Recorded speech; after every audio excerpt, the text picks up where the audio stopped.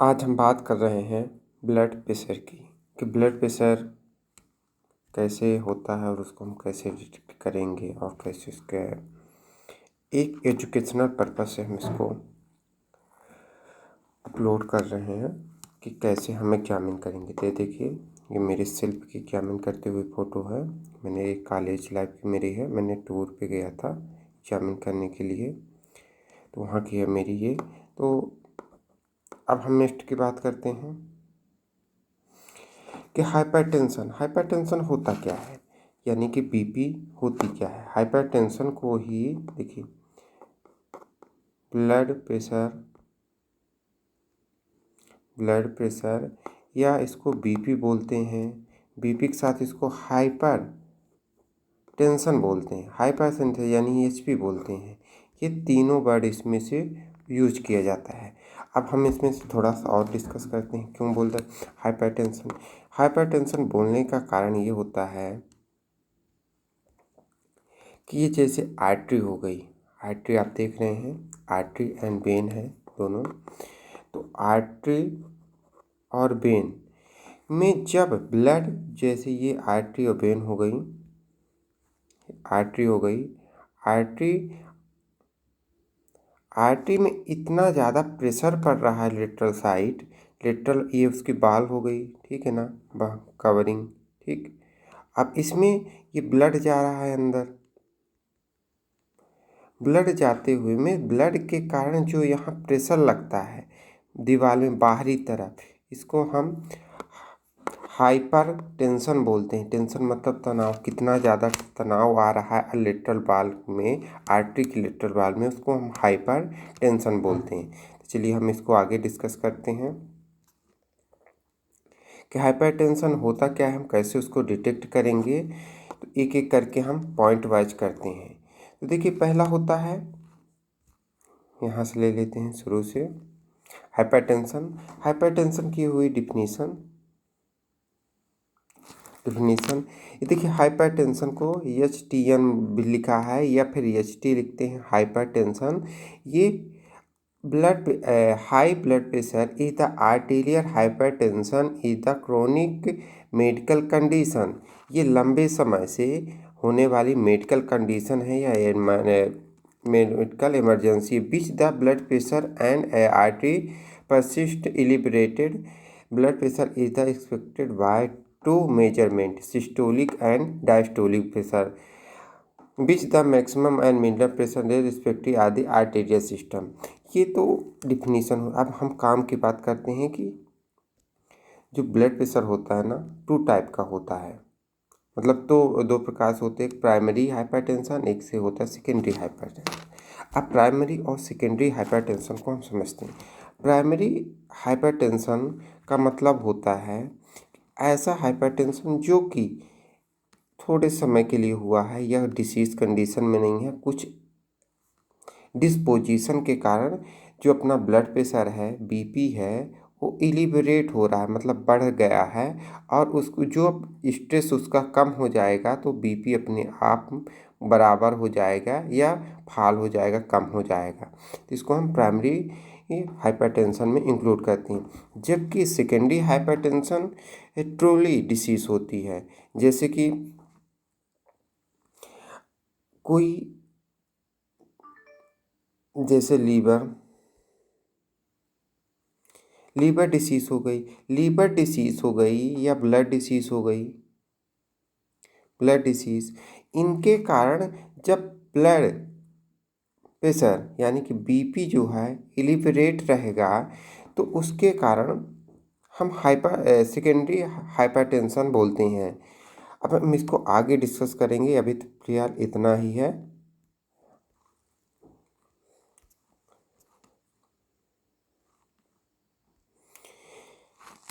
ये अपना हुआ।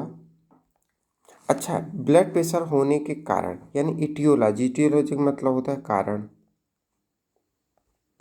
किस कारण से ये ब्लड प्रेशर हो रहा है उसको हम देखते हैं। तो पहला इटियोलॉजी में हो जाता है एज।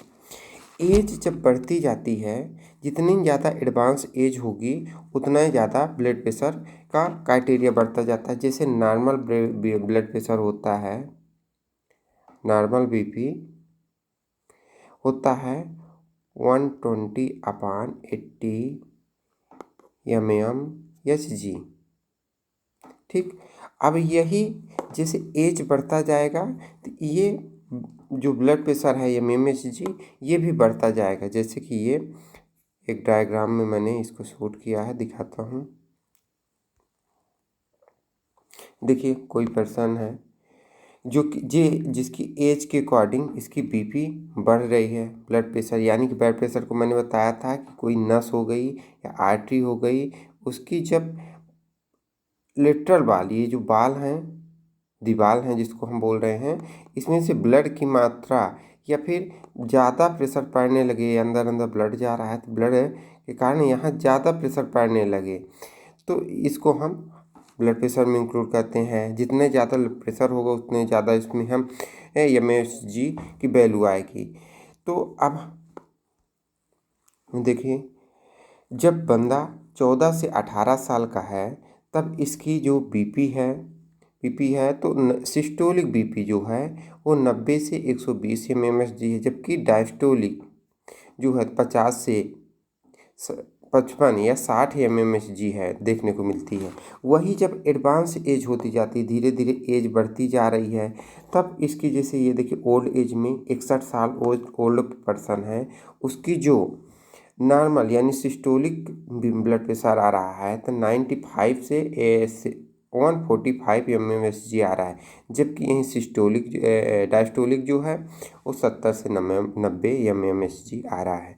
तो इससे ये कहने का मतलब कि जो इटियोलॉजी कारण में से जो पहले आता है कि एज के अकॉर्डिंग बीपी बढ़ती जाती है। क्यों बढ़ती जाती है? क्योंकि जब आदमी यंग रहता है तो उसकी आर्टरी की जो बाल होती है ये स्मूथ रहती है। जैसे जैसे एज बढ़ रही है तो यहाँ जो है ये जो दीवार है ना ये कड़क हो रही है इसमें, तो आर्टरी का जो ब्लड का प्रेशर लगता था इसमें उसमें और ज़्यादा लग रहा है, तो इसके कारण इसकी ब्लड प्रेशर ऑलरेडी बढ़ जाती है। और कई फैक्टर होते हैं, मोस्टली यही है कि इसकी जो आर्टरी की बाल है ना वो थिक हो जाती है, जिसके कारण एज के अकॉर्डिंग ब्लड प्रेशर बढ़ जाता है। अब हम बात करते हैं हेरिडिटी। नेक्स्ट है heredity is a important factor. Heredity का रहता है इम्पोर्टेंट फैक्टर। हेरिडिटी का मतलब ये कि जैसे पेरेंट को है तो उसके बेटे को भी होगी, उसके दादा को थी, पापा को थी, फिर पापा के बाद उसके हो गया, आने वाली जनरेशन को हेरिडिटी फैक्टर में ये आती रहती है। इसको हम डिसीज में नहीं इंक्लूड करते, हेरिडिटी के कारण आ रही है। अब नेक्स्ट बात करते हैं ओबेसिटी। ओबेसिटी के कारण ब्लड प्रेशर बढ़ता है, जिसको हम देखते हैं कि क्यों बढ़ता है। ये मैंने एक डायग्राम के थ्रू देखते हैं। ये देखिए, जैसे जैसे ओबेस बढ़ता जाता है वैसे वैसे बीपी जो है तो बढ़ती जाती है।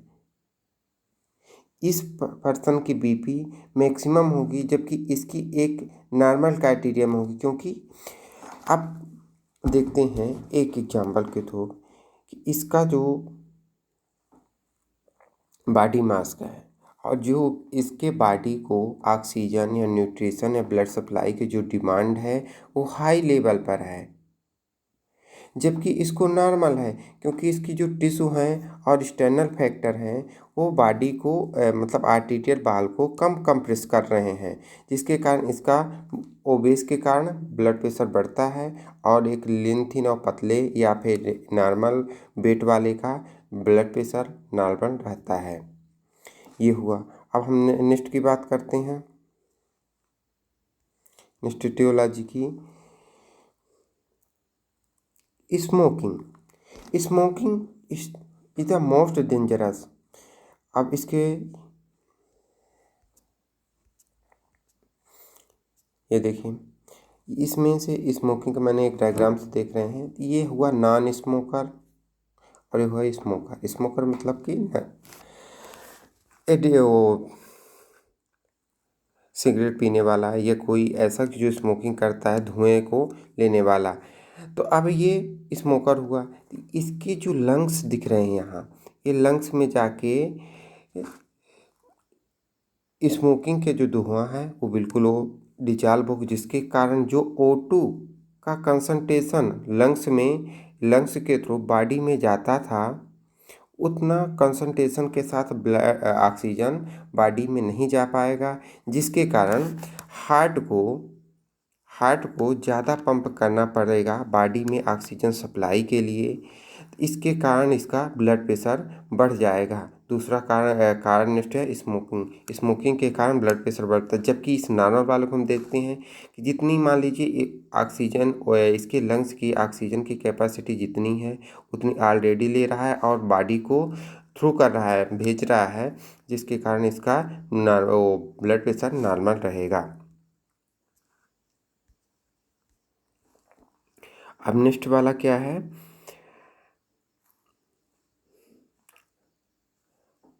हाइपर कोलेस्ट्रीमिया का मतलब होता है कि शरीर में कोलेस्ट्रॉल का बढ़ जाना या फिर कोलेस्ट्रॉल का कहीं डिपोजिशन हो जाना। तो ये देखिए, जैसे कि इस डायग्राम में देखने को मिल रहा है कि इसमें से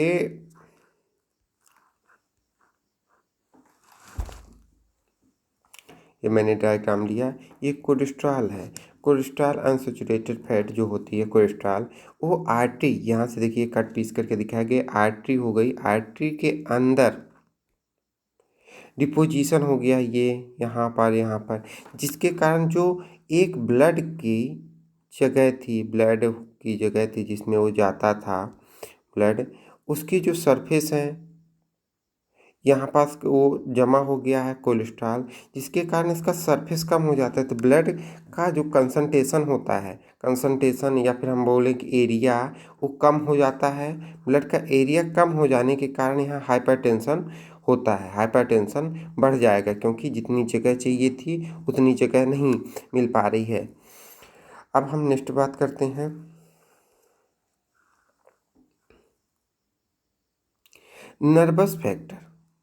नर्वस फैक्टर में देखिए, पहला होता है टेम्परामेंट, और टेम्परामेंट दूसरा होता है स्ट्रेस, इमोशनल स्ट्रेस।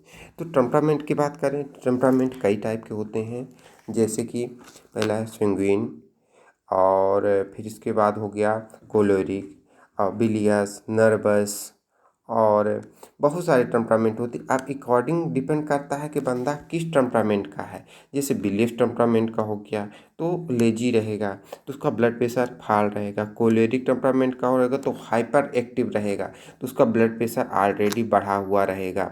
तो ये टेम्परामेंट पे डिपेंड करता है। अब हम नेक्स्ट की बात कर रहे थे इमोशनल स्ट्रेस को समझने के लिए मैंने एक डायग्राम से समझते हैं, जो कि मैंने अपलोड किया हुआ है ऑलरेडी।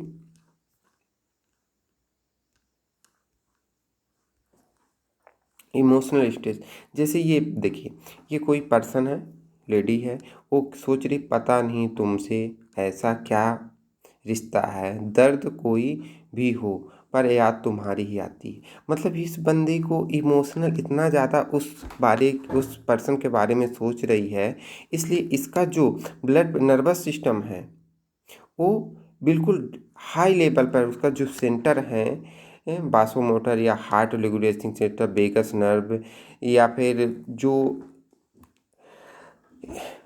ऐसा नर्वस सिस्टम जो कि इसके रेगुलेट कर रहा है हाइपोथैलेमस, ये पूरी थिंकिंग में लगा रही। वो सेंटर ब्रेन के जो नर्वस सिस्टम के सेंटर हैं वो एक्टिव है इसके इमोशनल स्ट्रेस के कारण, इसीलिए इसका ब्लड प्रेशर बढ़ा हुआ है। इसीलिए बड़े जब कोई ये एडवांस एज के आते हैं तो उनको बोलते हैं कि टेंशन मत लीजिए, जाने दीजिए। जैसे ये पर्सन सोच रहे पता नहीं तुमसे ऐसा क्या रिश्ता है कि दर्द कोई भी हो पर याद तुम्हारी आती, मतलब उस बंदे की याद में खोई हुई, इसलिए इसका जो है ब्लड प्रेशर बढ़ा हुआ मिलेगा। ये होता है इमोशनल स्ट्रेस का एक एग्जाम्पल, यानी कि नर्वस है या फिर कुछ भी है, तो उस ओवर थिंकिंग के कारण या ज़्यादा टेंशन लेने के कारण जो बढ़ रही है बीपी। अब नेक्स्ट की बात करते हैं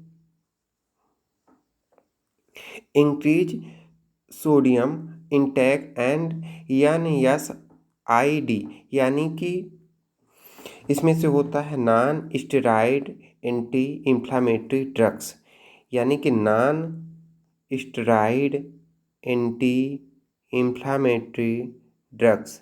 यदि बंदा ले रहा है तो उसकी भी ब्लड प्रेशर देखने को बढ़ा हुआ देखने को मिलेगा। और एक नेक्स्ट है, इसमें से दिखाया गया सोडियम आयन। सोडियम आयन का मतलब होता है, ये देखिए सोडियम आयन, तो जो नमक बनता है तो NaCl का कंपोजिशन होता है। तो जितने ज़्यादा नमक लेगा उतने ज़्यादा ये सोडियम उसके शरीर में पहुँचेंगे और ऑलरेडी उसका ब्लड प्रेशर बढ़ा मिलेगा। इसीलिए जब ब्लड प्रेशर बढ़ा होता है तो सोडियम लेने की ज़रूरत नहीं पड़ती, यानी कि NaCl लेने की ज़रूरत नहीं है। और हम लास्ट इटियोलॉजी की बात करते हैं, एल्कोहल। एल्कोहल कैसे ब्लड प्रेशर को बढ़ाता है उसके बारे में हम देखते हैं। ये देखिए एल्कोहल हो गया। एल्कोहल का भी सेम फंडा है। एल्कोहल लिया पर्सन, वो तो टेंशन फ्री है, लेकिन उसका जो फैमिली है वो ज़्यादा स्ट्रेस में है, उसके कारण उसका ब्लड प्रेशर बढ़ रहा है। और ये जो पर्सन कंज्यूम कर रहा है एल्कोहल को, इसका जो लीवर है वो जवाब दे रहा है। साथ में ओबेस बढ़ रही है, क्योंकि एल्कोहल में ऑलरेडी जो है कैलोरी की मात्रा होती है। फैटी लीवर हो गया या फिर किडनी डिसीज हो गई, इसके कारण ये ब्लड प्रेशर देखने को मिल रहा है कि इनका एलिवेटेड ब्लड प्रेशर मिल रहा है। अब हम नेक्स्ट की बात करते हैं। ये तो इटियोलॉजी हो गया कि मतलब क्या क्या कारण हो सकते हैं ब्लड प्रेशर बढ़ने के। तो पहला हो गया एज। एज जितनी ज़्यादा बढ़ती जाएगी ब्लड प्रेशर ऑलरेडी बढ़ता जाएगा, उसमें ज़्यादा दियो नहीं आता, बस 10 to 25 mmHg का डिफरेंट रहता है। अब हेरिडिटी मतलब उसकी फैमिली हिस्ट्री में ही है। नेक्स्ट है ओबेस, मतलब मोटापा के कारण ब्लड प्रेशर बढ़ रहा है। स्मोकिंग मतलब सिगरेट, चरस, अफीम, गांजा, इन सब के कारण वो ले रहा है, जिसके कारण ब्लड प्रेशर बढ़ रहा है। हाइपर कोलेस्ट्रेमिया, ज़्यादा फैट डिपोजिशन होने के कारण या आर्टरी में डिपोजिशन होने के कारण उसका ब्लड प्रेशर बढ़ रहा है। नर्वस फैक्टर मतलब उसका टेम्परामेंट ही है हाइपर होने वाला। या फिर नेक्स्ट की बात करें तो इमोशनल स्ट्रेस है उसके पास इतना ज़्यादा, वो ओवर थिंकिंग कर रहा है, किसी चीज़ को लेके परेशान है, उसके कारण उसका बीपी बढ़ रही है। और नेक्स्ट की बात करते हैं, सोडियम इंटेक मतलब नमक ज़्यादा ले रहा है और इंटेक कर रहा है non steroid anti inflammatory drugs की, इसके कारण उसका ब्लड प्रेशर बढ़ रहा है। अब नेक्स्ट की बात करते हैं एल्कोहल। एल्कोहल को कंज्यूम कर रहा है, जिसके कारण उसके एल्कोहल के कारण जो शरीर में हार्म आ रहे हैं, टॉक्सिसिटी हो रही है या किडनी फेलियर, और इधर बात करें एडीमा क्रिएट हो रहा है, लीवर डिसीज़ हो रही है, मल्टीपल डिसीज़ हो रही हैं, उसके कारण ब्लड प्रेशर बढ़ रहा है। ये एल्कोहल भी एक फैक्टर है। अब हम बात कर लेते हैं सेकेंडरी हाइपरटेंशन की। तो सेकेंडरी हाइपरटेंशन होता क्या है? सेकेंडरी हाइपरटेंशन का मतलब हम सीधी बात में करें कि ये तो प्राइमरी हाइपरटेंशन का एक एग्जांपल हुआ। अब हम बात करें सेकेंडरी हाइपरटेंशन का मतलब ये हुआ कि डिसीज़ है इस किसी दूसरे आर्गन में और अफेक्टेड दूसरा आर्गन हो रहा है, जिसके कारण ये ब्लड प्रेशर बढ़ रहा है या फिर साइन सिम्टम आ रहा है कि हाँ ये एलिवेट हो रहा है। जैसे रीनल डिसीज़ का ब्लड प्रेशर के साथ डायरेक्टली कोई इंटैक्ट नहीं है, जबकि इनडायरेक्टली देखें तो बहुत सारा है। जैसे कि ये किडनी की में हो गई, भाई का मैंने TS लिया है, तो इसमें से हम देखते हैं तो पहला ये देखने को मिले कि किडनी में मान लीजिए नेफ्राइटिस हो गया या फिर किडनी फेलियर हो गई। जैसे एग्जांपल में किडनी का फेलियर हो गया, किडनी फेल हो गई।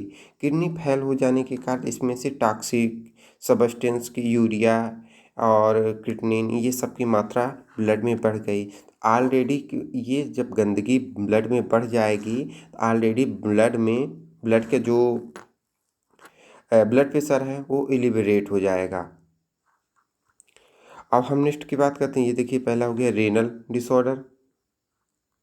रीनल डिसऑर्डर में किडनी फेलियर ही मोस्ट इम्पोर्टेंट के साथ हम समझ सकते हैं कि किडनी फेलियर हो रही है, यूरिया क्रिएटिनिन की मात्रा ऑलरेडी बढ़ रही है और फिल्ट्रेशन प्रॉपर नहीं हो पा रहा है, जिसके कारण ये हाइपरटेंशन हो रहा है, जिसको हम सेकेंडरी हाइपरटेंशन में इंक्लूड करेंगे। अब हम नेक्स्ट बात करते हैं एंडोक्राइनल डिसऑर्डर। एंडोक्राइनल डिसऑर्डर का मतलब होता है, ये देखिए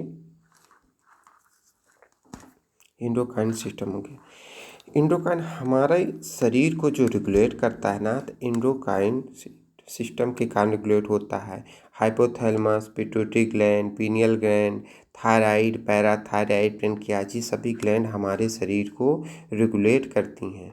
अब हम बात करते हैं एंडोक्राइन के में कि बीपी को कैसे, तो एक मोस्ट इम्पोर्टेंट एग्जांपल के साथ लेते हैं थायराइड। थायराइड में यदि बंदे का हाइपरथायरिज्म है, मतलब कि हाइपर थायराइड हार्मोन्स का ज़्यादा सिक्रीशन हो रहा है, तो ऑलरेडी उसका ब्लड प्रेशर बढ़ा हुआ मिलेगा। जबकि यहीं हम थोड़ा सा उल्टा कर देते हैं, हाइपो कर देते हैं। हाइपो का मतलब होता है कि थायराइड जो T3 और T4 हार्मोन्स निकल रहे हैं वो ऑलरेडी कम निकल रहे हैं, तो जो इसका बीपी होगा वो फाल देखने को मिलेगा, कम मिलेगा। ये डिपेंड करता है एंडोक्राइन सिस्टम पे कि कैसे वर्क करता है। और और कई चीज़ें हैं, जैसे कि आप देख लेते हैं यहाँ पैनक्रियाज में। पैनक्रियाज कैसे डिपेंड करता है बीपी के लिए, तो पैनक्रियाज से बीटा सेल से इंसुलिन निकलता है। यदि इंसुलिन नहीं निकल रहा है तो इसको हो जाएगा डायडीएम, यानी कि डायबिटीज मिलाइटस। डायबिटीज मिलाइटस के कारण ऑलरेडी इसकी बीपी बढ़ी हुई मिलेगी, क्योंकि ब्लड में ग्लूकोज की लेवल बढ़ जाएगा। ग्लूकोज का लेवल बढ़ जाने के कारण इसका जो ब्लड प्रेशर रहेगा तो बढ़ा हुआ मिलेगा। अब हम नेक्स्ट की बात करते हैं एड्रीनल ग्लैंड। एड्रीनल ग्लैंड भी मोस्ट फैक्टर डिपेंड करती है, किसमें से जो एफ्रिक और नॉन एफ्रिक एड्रीनल और नॉन एड्रीनल हार्मोन्स निकलता है। अब प्लेसेंटा ड्यूरिंग प्रेगनेंसी प्लेसेंटा से निकलने वाले हार्मोन्स जैसे कि प्रोजेस्टेरॉन हो गए, एस्ट्रोजन हो गई, ये भी फैक्टर करता है। अब ओवरी में मोस्ट इम्पोर्टेंट इसका फैक्टर रहती है, इसमें से जैसे जब निकलता है एस्ट्रोजन हार्मोन्स, तब इसका ब्लड प्रेशर बढ़ा देता है, जबकि प्रोजेस्टेरॉन जो है तो इसको फाल कर देता है। तो ये डिपेंड करता है कि कौन से हार्मोन्स सिक्रीशन हो रहा है, कौन सा नहीं। तो अब हम नेक्स्ट की बात कर लेते हैं सेकेंडरी फैक्टर की, कि नेक्स्ट सेकेंडरी फैक्टर क्या होगा। तो पहला तो मैंने कर लिया किडनी, दूसरा एंडोक्राइनी और तीसरा है टॉक्सिमिक आप प्रेगनेंसी, यानी प्रेगनेंसी के समय ब्लड प्रेशर बढ़ा रहता है, उसके बारे में हम देखते हैं।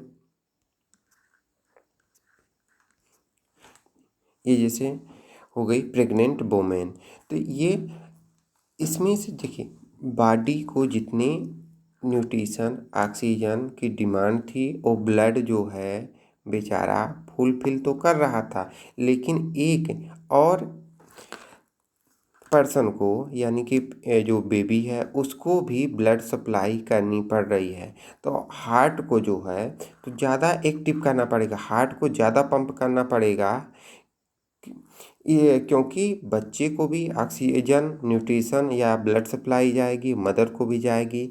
ऑलरेडी इसका ब्लड प्रेशर बढ़ जाता है, क्योंकि जो डिमांड रहती है वो बढ़ जाता है, जिसके कारण सर्कुलेशन बढ़ने के कारण नीड और सर्कुलेशन बढ़ने के कारण ये ब्लड प्रेशर बढ़ जाता है। ये एक फिजियोलॉजिकल ब्लड प्रेशर होता है, इसको डिसीज में इंक्लूड नहीं किया जाता, क्योंकि प्रेगनेंसी के बाद ये ब्लड प्रेशर नॉर्मल कंडीशन में शिफ्ट हो जाता है। अब हम बात करते हैं नेक्स्ट की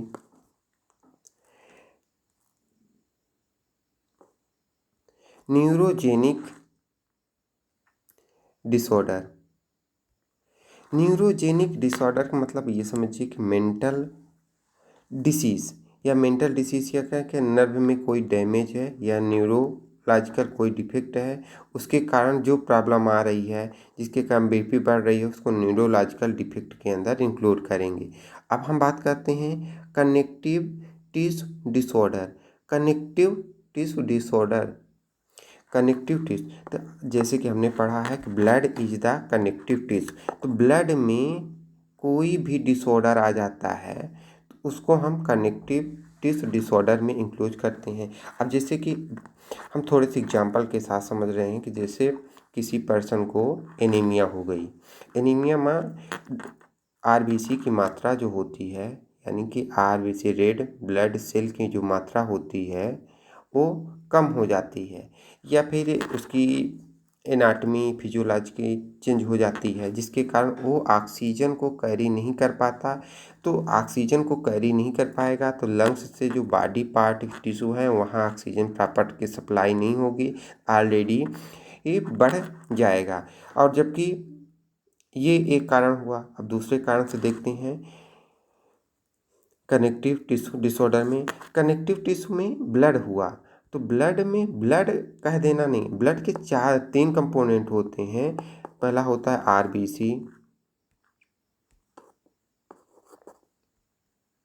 आरबीसी, डब्ल्यूबीसी और प्लेटलेट्स, जिसको थ्रोम्बोसाइट भी बोलते हैं। तो थ्रोम्बोसाइट, डब्ल्यूबीसी, आरबीसी। तो मान लीजिए एनीमिया हो गई, एनीमिया के कारण भी ब्लड प्रेशर बढ़ेगा, या पॉलीसाइथेमिया हो गई उसके कारण भी बीपी बढ़ेगा, मतलब आरबीसी के काउंट भी नॉर्मल काउंट से बढ़ जाए तब भी बढ़ेगा और घट जाए तब भी बढ़ेगा। ये डब्ल्यूबीसी मतलब इन्फेक्शन को शो करता है। तो ये बॉडी में इन्फेक्शन आ गया तो डब्ल्यूबीसी की मात्रा ऑलरेडी बढ़ जाएगी, तो उसके कारण भी ब्लड प्रेशर बढ़ेगा। प्लेटलेट्स में जब फाल हो जाएगी तो डेंगू हो जाता है, इसमें से इंटरनल हीमोरेज होने की खतरा बढ़ जाता है। जबकि प्लेटलेट्स का काउंट बढ़ जाएगा तब भी बीपी इसकी हाई हो जाएगी। ये डिपेंड करता है कनेक्टिव टिश्यू डिसऑर्डर में। पॉलीथिथेमिया हो गई और सिकल सेल एनीमिया हो गई, इन सब के कारण भी ब्लड प्रेशर एराइज देखने को मिलता है। अब हम बात करते हैं ओरल, ये देखिए मिसलेनियस एओर्टा के ये शो कर रहा है कि देखिए एन्यूरिज्म ऑफ एओर्टा। तो जो हमारी आर्टरी है ये हार्ट बना लेते हैं, ये हार्ट 4 चैम्बर हो गए, ये ऐसे आती है एओर्टा। एओर्टा में ये बोल रहा है कि एन्यूरिज्म हो जाए। एन्यूरिज्म का मतलब कि ऐसे ऐसे जो आर्टरी है ना ऐसे हो जाए, कहीं दब जाए। एन्यूरिज्म मतलब ये नॉर्मल जब आर्टरी रहती है तो नॉर्मल ना हो करके वो आर्टरी ऐसे सीधा जा रही है, ये ऐसे हो गई। तो यहाँ इसके कारण भी जो है तो ब्लड प्रेशर बढ़ जाता है। तो यही बोल रहा है एओर्टिक एन्यूरिज्म ऑफ एओर्टा, कि यानी कि आर्टरी की में जो डिफेक्ट आ जाएगा उसकी बाल में, उसके कारण भी ब्लड प्रेशर एराइज रहेगा। अब नेक्स्ट है मिससेलेनियस, मतलब जिसका कारण पता नहीं होता उसको मिससेलेनियस बोलते हैं। अब जैसे ओरल कंट्रासेप्टिव जैसे माला डी हो गई, माला डी, मालायन, या फिर कोई प्रेगनेंसी रोकने वाली किट, तो उसमें से क्या रहता है, उसमें जो है तो प्रोजेस्टेरॉन जो है तो प्रेगनेंसी को रोकता है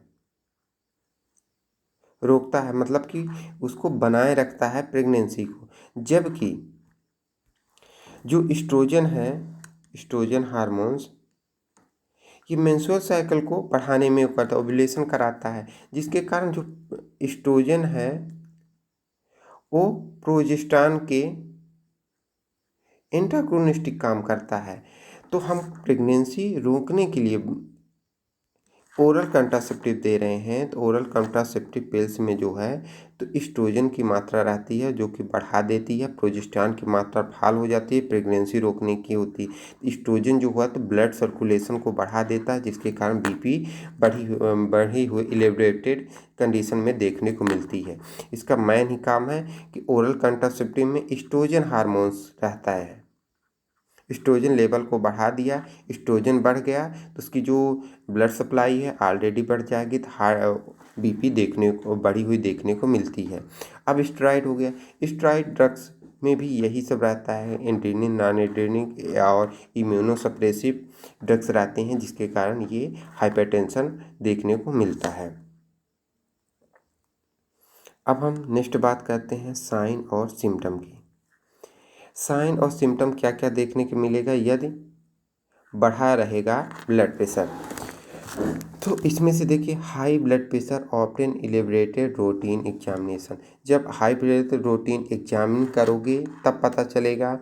very symptom, very really symptom, या फिर उसमें से एक जो मेन सिम्टम देखने को मिलता है, तो बहुत सारे डिस्कम्फर्ट होगा और हाथ पैर में झुंझुनाहट होगी और साथ में जो यह ऑक्सीपिटल पेन होगा। तो जो मोस्टली देखने को मिलता है, जो कंपलसरी रहता है कि हाँ ये है तो बीपी बढ़ी हुई मिलेगी, तो होता है ऑक्सीपिटल। ये देखिए हम बता रहे हैं, ये अपना रीजन हुआ ऑक्सीपिटल। यहाँ जो है ना, तो हेम थॉम्बिंग पेन होगा। कैसे? जैसे कोई हथौड़े से मार रहा है, उसको थॉम्बिंग पेन बोलते हैं। यहाँ थॉम्बिंग पेन महसूस होगा यहाँ ऑक्सीपिटल रीजन में। अब हम नेक्स्ट बात करते हैं,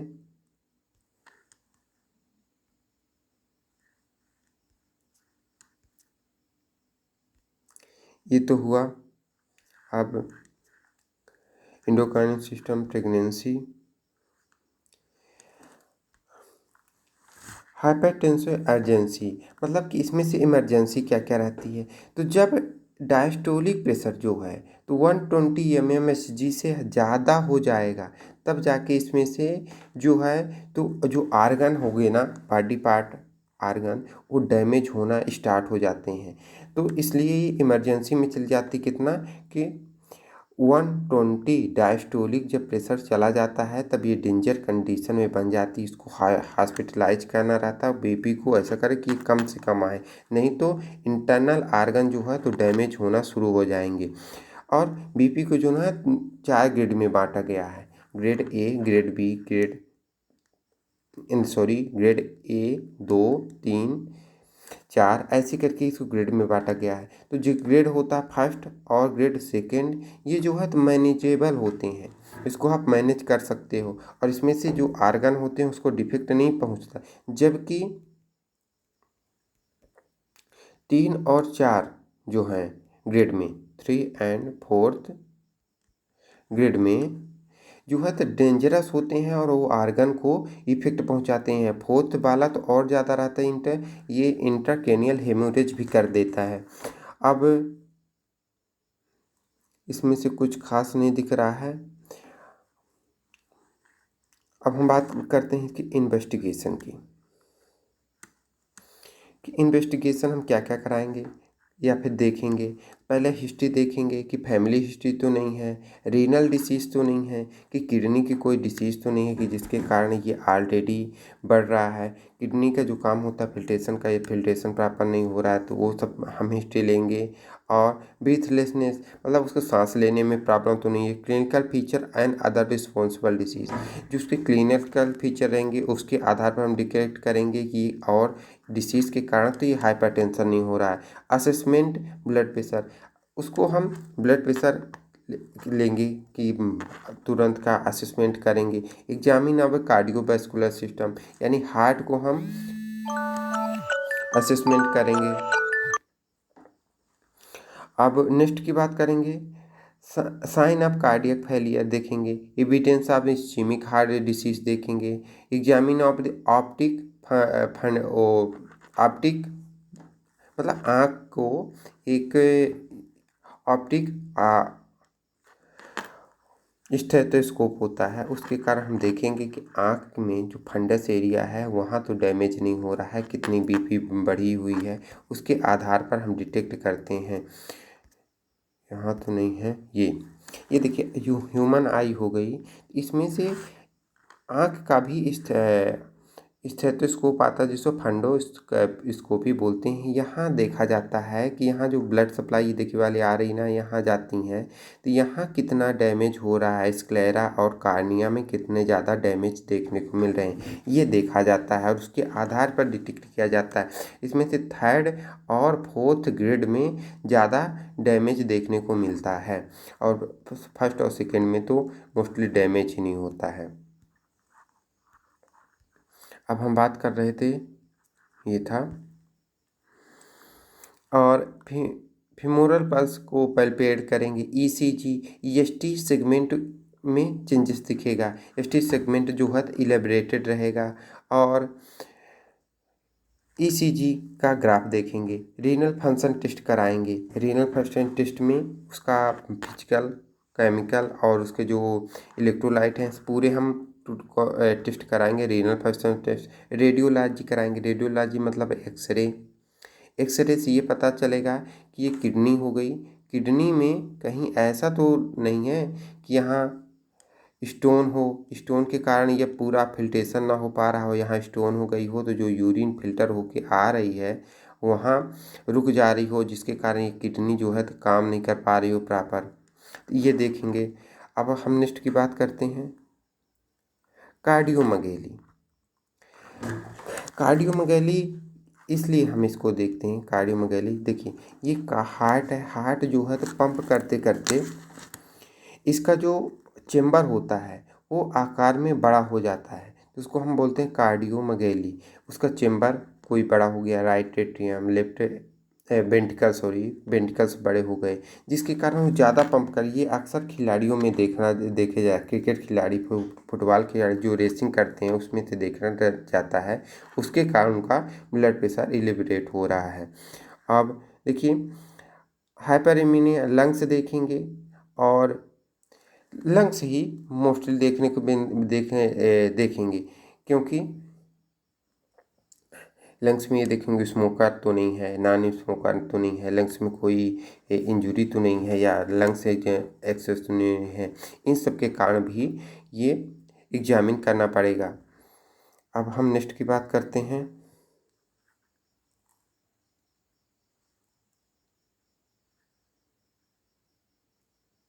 इसमें से भी कुछ खास नहीं है, ग्रेड दिया है फर्स्ट, थर्ड, फोर्थ आदि। फंडोस्कोपी चेंजेस जैसे कि मैंने ये डायग्राम में देखा था, फंडोस्कोपिक चेंजेस। ये जो आँख का यहाँ देखने पड़ता है कि थर्ड और फोर्थ में यहाँ पास जो है तो एक अल्सर जैसे दिखने लगता है, जो और ये जो स्क्लेरा और कोराइड के बिना में कौन ब्लड वेसल्स जाती है ब्लड सप्लाई के लिए, तो वहाँ वो सूजी हुई दिखती हैं, ये देखने को मिलता है। अब हम आ जाते हैं नीचे। अच्छा, हाइपरटेंशन से ये कॉम्प्लिकेशन क्या क्या होते हैं तो उसके बारे में हम देखते हैं, यानी कि कौन कौन से आर्गन को डैमेज करती है। तो पहला जो है तो स्ट्रोक। स्ट्रोक करेगी किसको? ब्रेन को। ब्रेन को स्ट्रोक कर रही है। ब्लाइंडनेस हो जाएगा, आँख में धुंधलापन दिखने लगता है, यहाँ तक कि कभी कभी ब्लड सप्लाई जो है इरेप्टेड हो जाती है और आदमी अंधा हो जाता है। हार्ट अटैक हो जाएगा। हार्ट अटैक मतलब कि हार्ट को तो ज़्यादा लोड पड़ रहा है पंप करने के लिए, और उधर रिवर्स प्रेशर पड़ रहा है, जिसके कारण हार्ट अटैक या हार्ट फेलियर देखने को मिले। किडनी फेलियर, प्रॉपर फिल्ट्रेशन नहीं हो रही है, आप लंबे समय से ब्लड प्रेशर बना हुआ है, जिसके कारण ये किडनी फेलियर देखने को मिलता है। और ब्लड आर्टीरियोस्क्लेरोसिस के कारण ब्लड वेसल डैमेज हो जाती है। ब्लड फोर्सफुली आ रहा है और यहाँ थोड़ा सा थम्बस है, और जिसके कारण ये ब्लड आर्टरी जो है तो डैमेज हो जाती है। हाइपरटेंशन में जो है तो कॉम्प्लिकेशन देखने को मिलता है। अब हमें नीचे बात कर लेते हैं और भी।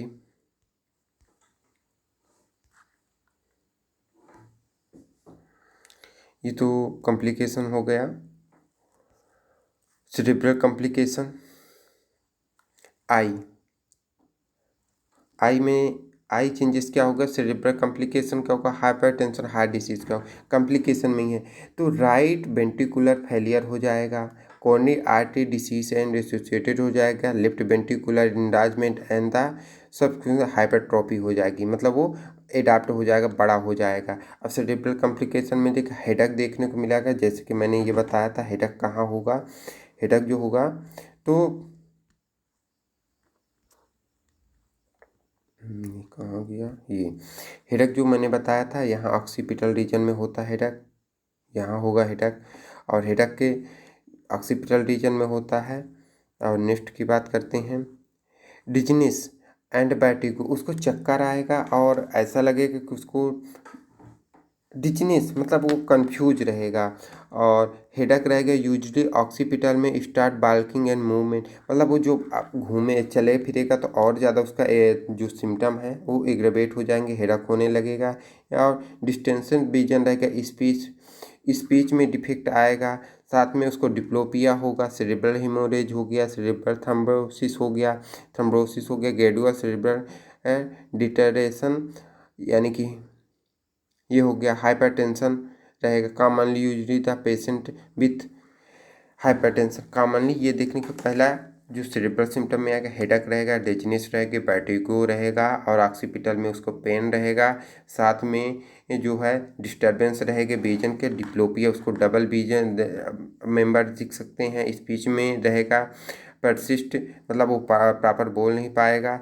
ये एक और एक्यूट फोकल सेरेब्रल इस्कीमिया देखने को, सेरेब्रल हेमोरेज और सेरेब्रल थ्रोम्बोसिस देखने को मिलता है।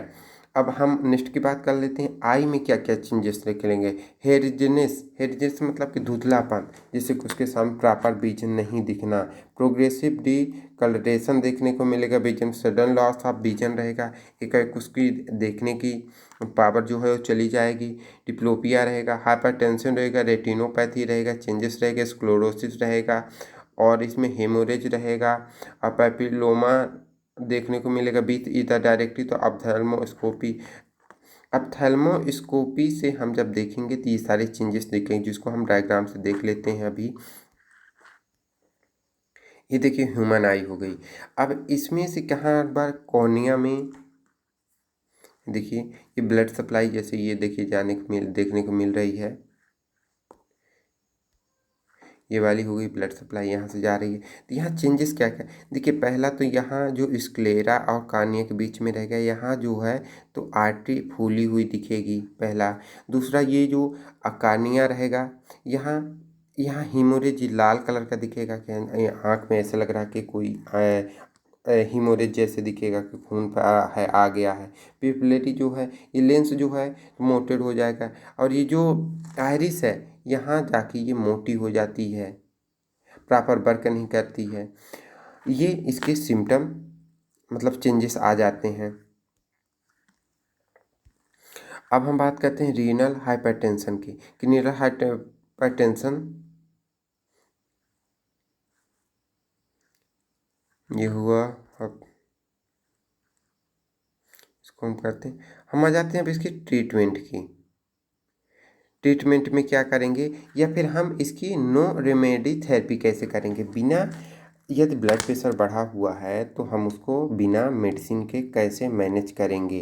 तो पहला जो मैनेज करने का है इसमें दिखा गया वेट रिड्यूसन, मतलब वजन को ओवर वेट हो गया है तो उसको आप एक्सरसाइज करिए और उसको कम करिए, वेट को लॉस करिए। और लो सोडियम इंटेक मतलब सोडियम मतलब Na+ आयन, तो ये रहता है NaCl नमक में, तो आप नमक कम लीजिए जिसके कारण ये ब्लड प्रेशर आपका नहीं बढ़ेगा। पोटेशियम और magnesium and calcium, potassium magnesium and calcium का इंटेक ज़्यादा कर लीजिए, जिसके कारण यह सोडियम को मेंटेन करेगा। हाई पॉलीसैचुरेटेड फैट डाइट को मेंटेन करिए और मॉडरेट एल्कोहल को कंज्यूम करना बंद करिए। Psychological factor should be treated first, यानी साइकोलॉजिकल फैक्टर जैसे कि मैंने इधर दिखाया था एक डायग्राम में,